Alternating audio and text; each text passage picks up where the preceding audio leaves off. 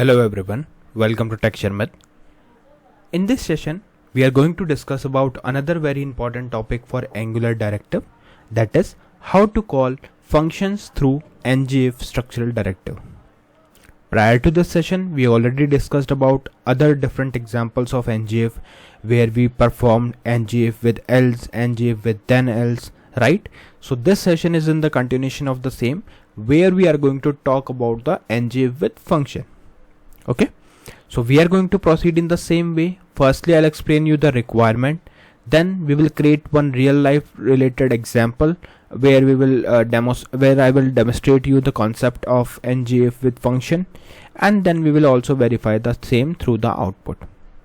Okay, but before we proceed further, I would like to recommend you to please go and check out the previously released sessions first, because they all are in proper sequence and sync. So if you follow them sequentially, then it would be much more easier for you to understand the ongoing topic, because for time being we are just mainly focusing on how to implement ngIf with function. Okay, so let's get started. So firstly, what we will do here, firstly we will go to app.component.html file. On this HTML file we have one main heading which is Angular Directive Demo by Sharmit. After that we will put another heading, and this heading would be download feature enabled. Okay, so this is one heading. Second heading I will put here is download. I'll tell you why we are writing this thing, download feature disabled. So these are the two heading. Now let's run the application. So I will write here ngserve -- open, enter. So now it will take few seconds and then it will bring the browser where we will see the output.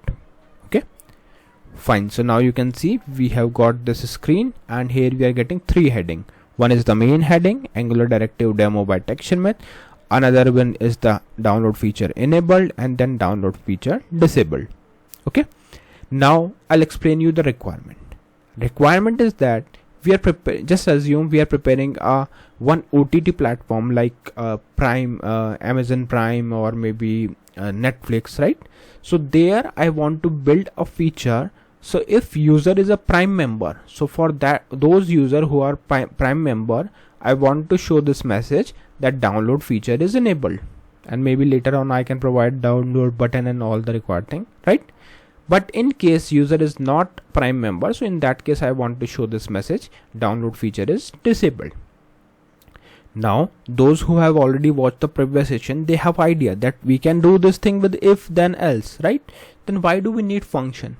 Because here like we are not all, yes you are right, we can implement this with if else then, but here we wanted to learn and explore the concept of function calling, and that's why here we will solve this problem but with functions.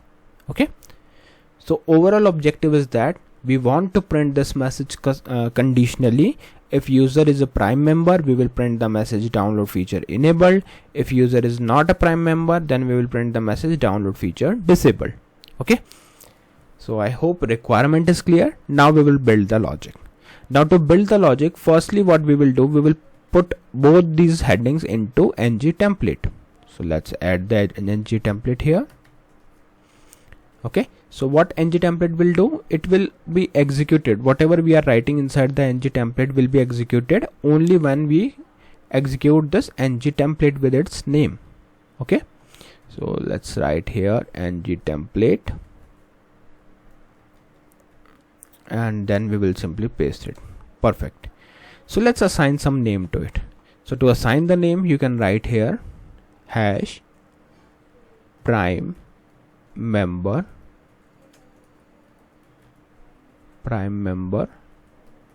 block. Okay, similarly we will create another tag which is hash non-prime member block. So we have added these two things. Okay, prime member block and non-prime member block. Now again, those know the concept, they are relating it with if else, right? we can directly call if else, but here I want to show you the concept of function calling, and that's why now we will add ng container and ng-container. And remember one thing, these all things are case sensitive, so whatever you are writing, make sure that it is in a same case, otherwise it won't work.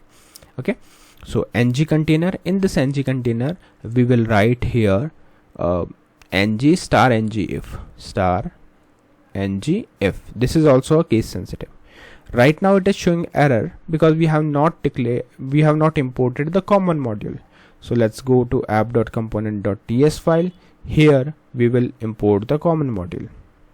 Right now we have only one thing imported, right? So let me add here common module. Once I press enter, it will automatically import this common module here. In case if it is not imported, please make sure to import it manually, otherwise it won't work. Okay, so now you can see from HTML this error is removed. Why? Because this time we have imported the required common module. Okay, now simply put equal and then quotes. Inside this I will run one function, and function name would be check prime. Okay, check prime. So we will declare this function, and as per the result of this function we will run the then and else. So if check prime returns true, then we will write prime member block, else we will write non prime member block. Now save it. Yes, so currently it is showing error on this check prime. Why? Because we have not declared it, right? So for that, let's go to app.component.ts file. Here in this file we will simply mention check prime, then parenthesis, then curly braces. Inside this we will return, we are just simply returning one value. Okay, although like you can use it for any purpose, but here I'm just returning this dot user prime status. Perfect. So let's save it, but prime status is not declared yet, right? So let's define it. So here I will write prime status, and we will assign the value as true. It is case sensitive, so make sure to put it in a right way. Perfect. So this thing is ready, prime status. Now what exactly we are doing here, we have declared one prime status, we are calling check prime and returning the value of prime status from this check prime function. And here on this HTML file we are checking if check prime returns true, then we are executing the prime member block, else we are executing the, and make sure to put the required semicolon and all. Okay, and if it is not a prime member, then it will print non-prime member block, where we are just showing two headings. One is for download feature enabled if user is prime, and another one is download feature disabled when the user is not prime. Clear? Perfect. Now let's see what output we are getting right now. So we are getting the output as download feature enabled. Why? Because in app.component.ts file we have set the prime status as true, and that's why it is falling into this prime model block. Clear? Let's verify the another scenario where we will change the value to false. So if this value is false, what it will do, it will simply go in this ng container, it will call the check prime method. Now from check prime method it will return the value of prime status, which is false. It will go again here and it will check the value is false. So in that case, if it is false, it will not go in this prime block member block, it will simply go to non-prime member block, and inside this non-prime member block we will print the message download feature disabled. Okay, so this is how the flow works. Let's verify the output. So we are getting the message as download feature disabled.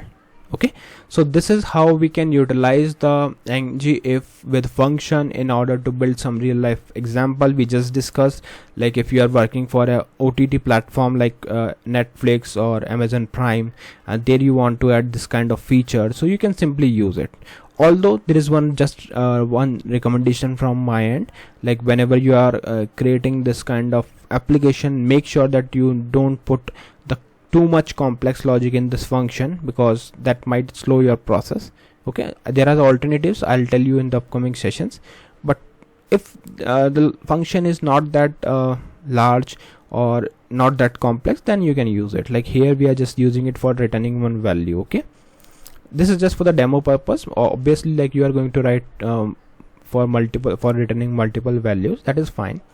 Okay, so yeah, that's all for today. I hope the session is clear to all of you. If you have any questions, queries, you can ask in the comment section. So thank you for watching Tech Sharmit.